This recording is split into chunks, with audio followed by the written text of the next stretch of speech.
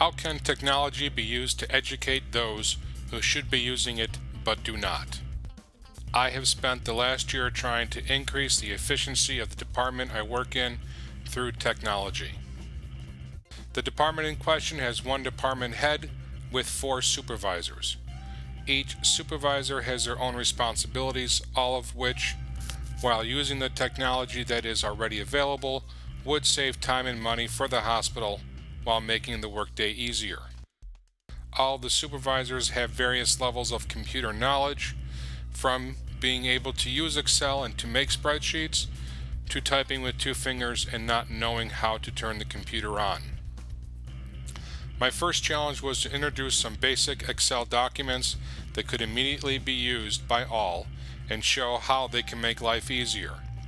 The first document created was a log used for the supervisors to communicate. Prior to this, the department used a spiral notebook and hand wrote the entries. This was a challenge due to poor penmanship. With little effort, I was able to get all to start using the Excel document. This was followed up with a chronological record for each associate to keep track of highs and lows that we all have. This document became popular not only with my department but with the Human Resource Department as well. It was easy to read and could be printed on a moment's notice. During the initial stage, I asked each supervisor what type of reporting he or she was responsible for. I found some common elements that all were responsible for and went to the department head to make some suggestions as to how we could increase efficiencies. We started with meeting as a group 1 hour a week with follow-up on an individual basis. It was during this time that I introduced the basics of Excel. The methodology used for this capstone project was mirrored after the ADDIE model used by instructional designers. The initial phase was the analysis phase.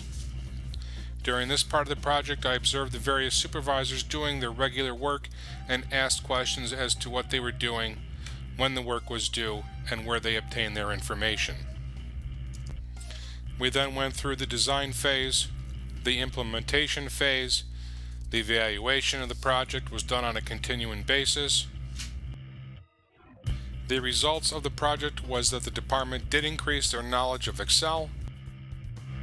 The largest accomplishment I had during this process was a supervisor who was in his late 40s, and he is the gentleman who uses 2 fingers to type and did not know how to turn the computer on. He is responsible for turning in financial information over to the department head. He has since learned how to do simple calculations on spreadsheets and has even developed a spreadsheet to use for other information.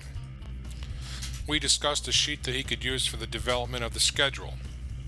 We are a union hospital and require that the associates get the same amount of hours each week. We went into Google Docs and found a spreadsheet that was developed for a schedule with the information that we needed.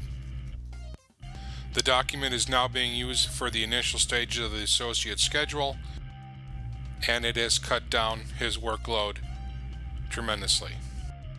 At the end of the exercise, we were able to increase efficiencies in the department by utilizing the technology that was already available.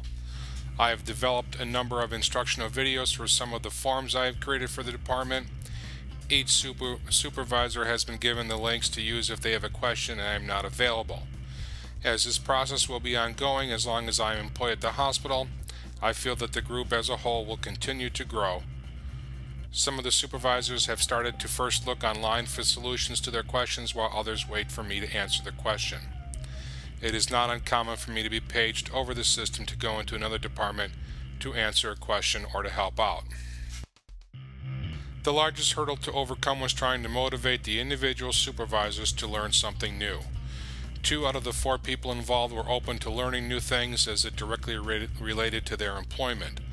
One of the supervisors was reluctant to learn new programs, and this may have been based on a personal situation between her and I.